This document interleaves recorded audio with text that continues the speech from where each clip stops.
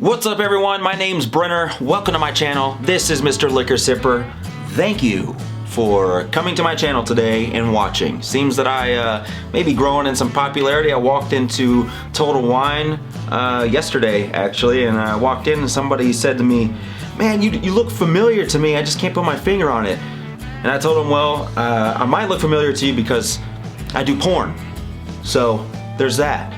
Now moving on to other things. So today we're going to be doing a review over Templeton Rye, not to be confused with the 6-year or the 10-year. This is the 4-year. We're going to see how good is this little 4-year aged 80 proof whiskey is. Stay tuned and let's find out.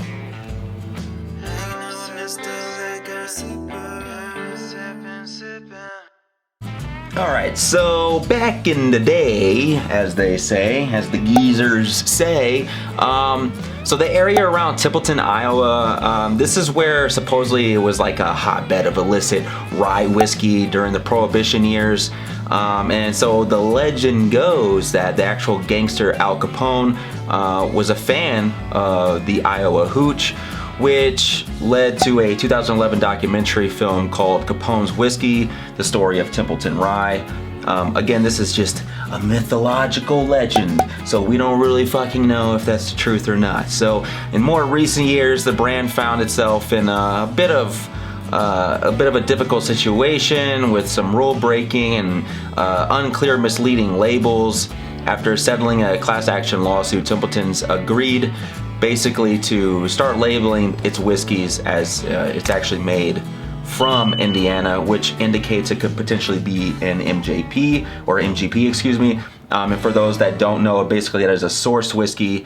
So obviously that would be frowned upon, especially in the whiskey community, where you create this story and there's this backlog and you make this basically this entire character wrapped around this whiskey and where it comes from and what it is, and then it turns out not to be true. That would be something that I would consider to be frowned upon. So just because of that, it pushes a lot of people the opposite direction as far as who likes this and who doesn't. Now back in the 1920s, we really don't even know if there was an actual mash bill for Templeton's Rye. So because of the MGP ingredients, they had to remove the words like prohibition type recipes. So things should change again starting in the next couple of years when Templeton is scheduled to begin bottling whiskeys on their own from their own distillery, which is actually this year in 2022. But as of in 2021, the release was still a feature of MGP Ryes. So anything that you have, if it's labeled, like for example, if this one is in the last 4 years, then more than likely in 6 years and 10 years, then more than likely those are MGPs. And now starting this year, they have their own brand new distillery, which happens to be out of Templeton, Iowa as well, which is where they originally claimed to be from. There's two different categories. If you're just now kind of getting into whiskey, you're not really familiar with MGP, using a base of MGP rye isn't necessarily a bad thing, but for those that are like 100% purists, they may frown upon this. They may not like it so much. Regardless, MGP is probably one of the biggest providers of source whiskey in the industry, and it makes a mean rye.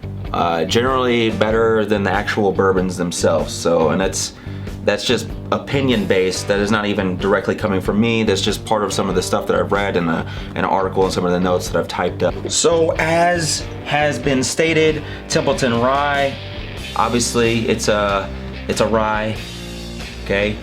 Any fucking questions? It's a rye, okay? So it's a rye. It's aged 4 years, which I have already notated. You get this kind of tawny, like it's kind of a lighter gold. So it has a little bit more clarity. Now this is an 80 proof, so based upon what I know on 80 proofs and my personal experience, this is going to be something I probably wouldn't recommend for the everyday sipper. It's probably going to be something super easy to drink. Again, this is all before I'm tasting it, so we'll make the judgment afterwards. But at this point in the whiskey drinking game, as it were, I anticipate this to be a very smooth, easy sipper.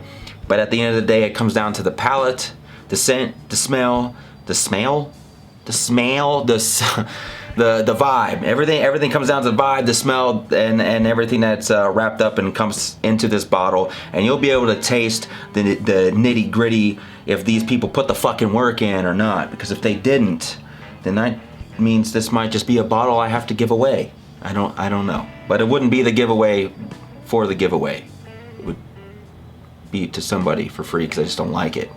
And don't forget, that brings me to that. Don't forget, if you like, subscribe, and leave a comment. If you haven't already, leave a comment. That's how you get entered into the winner's circle. If you want to win a brand new bottle of whiskey, when I say brand new, it's one of the whiskeys or bourbons that I have actually recently done a review on, and it will be my favorite pick of that month. And I will get your address and your information, and I will send it out to you, and I'll probably stalk you after all that. So if that sounds like something you're interested in, don't forget to like, comment, subscribe, assholes. All right, so let's get to opening this bottle of lube. I mean, this bottle of whiskey. I don't know, sometimes people like to use weird things for lube. You know, those people that like to, I don't know, eat fucking in bed and fuck at the same time. You wanna fuck me over a nice, soft palate, beautiful bed of fucking pancakes? Oh, fuck yeah, that sounds delicious. Want me to fuck you like a psychopath? What the fuck? Oh, sometimes I feel like I need other people on this fucking, on this channel with me. It gets a little bit lonely, feel a little bit lonesome, and let's hear the pop. Oh man, like a fucking fat anal bead out of a tight, taut butthole. All right, just need a little dab will do ya, as they say. And I never knew that. And when I was a child, teacher said that to me. A little dab will do ya. Now I know where she got it from. Fucking sexual fucking freak. Alright, so I normally like to pregame a little bit more than I did today. I only had 1 glass instead of 6. So these ones, as far as my nosing for newbies, might be a little bit bland. Hopefully this whiskey's not. Now let's get this. Oh, mama. Oh yeah, smells like politicians just can't get their shit right. It also smells like the Oval Office orgy. The ones that they don't speak of, but they know. And every single one is called fucking America. It also smells like R. Kelly's secret album, They Found That Girl in My Closet, with little hints of another smells like R. Kelly's unreleased track, most recent, right before prison. Oh, so this is definitely recent. It smells like the unreleased track, I Gave You Monkeypox. Yeah? So, look at that. Here we go. Alright, so let's get down to the real smell here. Alright, yeah, you definitely get that rye spiciness, which should be expected from the rye. Alright, so you got that rye spice, and then you get, it's like a sugary sweetness. It's almost like the candies, the hot tamales. That's what I used to call my wife. She's a little hot tamale. Yeah. Oh, but like we don't eat tamales or hot tamales in bed or anything, right? We don't do that. Just don't like put the shit from earlier to the shit right now. Don't do that weird shit.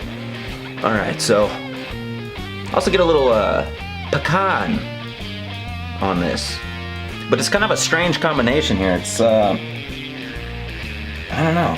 Just have to go to the palate. Let's just go to the palate. Fuck the escapades. Let's just go to the palate.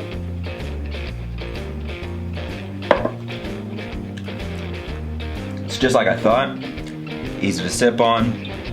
Enjoyable.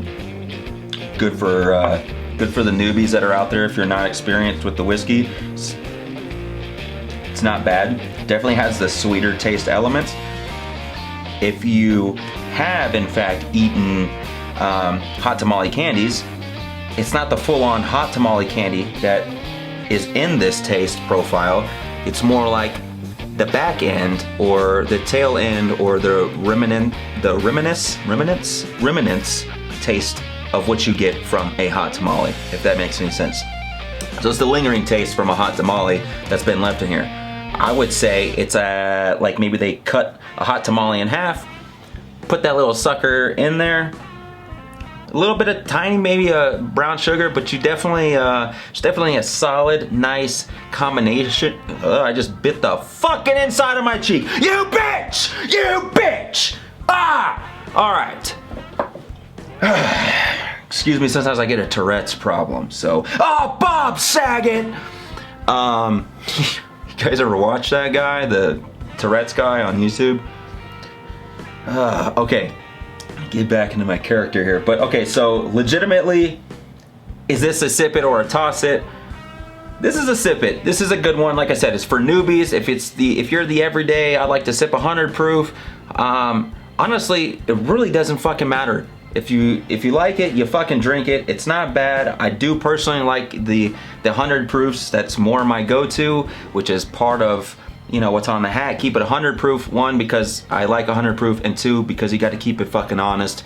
And I'm all about authenticity in this bad mamma jamma. So, all things aside, should you purchase this? It was roughly $35. Is it worth $35? Fucking A. Yes, yes it is. Is it worth $55? Fuck no! Maybe, you know, I should go on and do the 6-year and do a little competitiveness and see if it's worth it, and then move on to the 10-year, which I don't even know if I can afford right now, but we'll find out in other videos. I enjoyed every sipping moment of this, so thank you for jumping in the glass with me today and sipping on some information. Don't forget to like, subscribe, so we can multiply and divide. Leave a comment if you want to get put into the drawing for that whiskey-free whiskey thing that I'm doing. I don't have a name for it yet, but we're doing it. Yeah, and until next time, cheers, and keep on sipping.